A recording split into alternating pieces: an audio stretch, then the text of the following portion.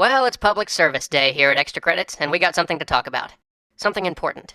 It's not sexy, it's not fun, but we really, really need to talk about it anyway. Today, we're going to talk about free speech and video games. Yeah, I know. We shouldn't even have to talk about this.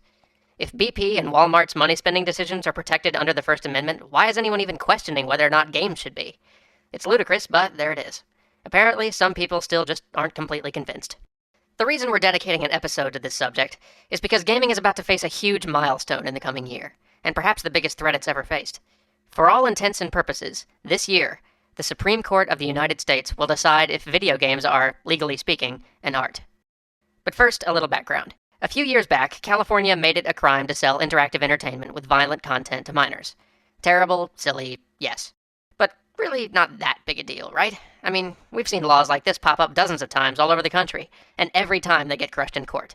And for the last several years, the same thing happened with this new California law. Court after court threw it out.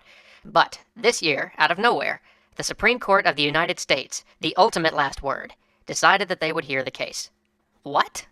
That's never happened before. The Supreme Court only hears maybe 100 cases a year, and they're supposed to be for the really tough decisions, not ridiculous, politically motivated laws like this one.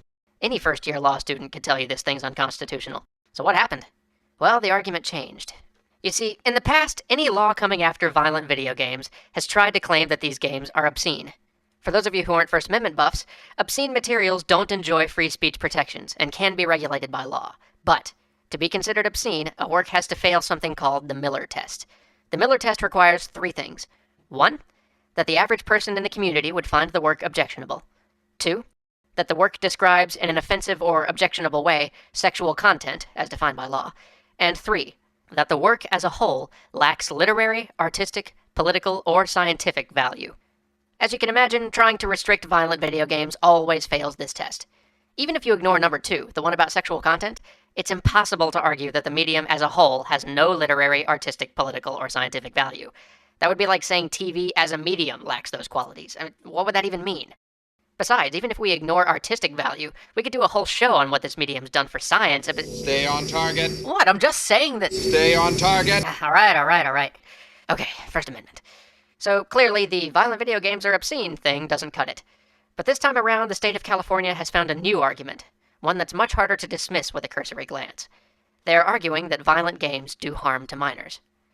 Remember all those silly studies you read about on Kotaku or Joystick, or The Escapist, saying that violent games harm kids? Those studies that we always grumble about, but then dismiss because they're funded by evangelical groups and semi-political organizations? Well, those studies just got a lot less funny.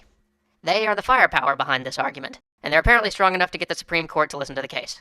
Now, I know it's pretty hard to imagine, but what happens if we actually lose this case? Remember, that the sale of games to minors might be restricted isn't the real issue here. The real worry is that games might be legally declared as having no First Amendment protection. What happens if the Supreme Court decides games are more like a controlled substance or softcore porn than an artistic medium? Well, first you're going to see all the states that already lost this fight reviving their anti-game laws. Next, you might see major retailers like Target and Walmart stop carrying titles that the government deems mature.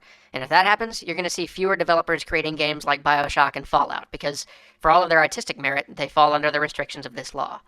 If this law passes, it really could mean the end of this medium as a means of artistic expression.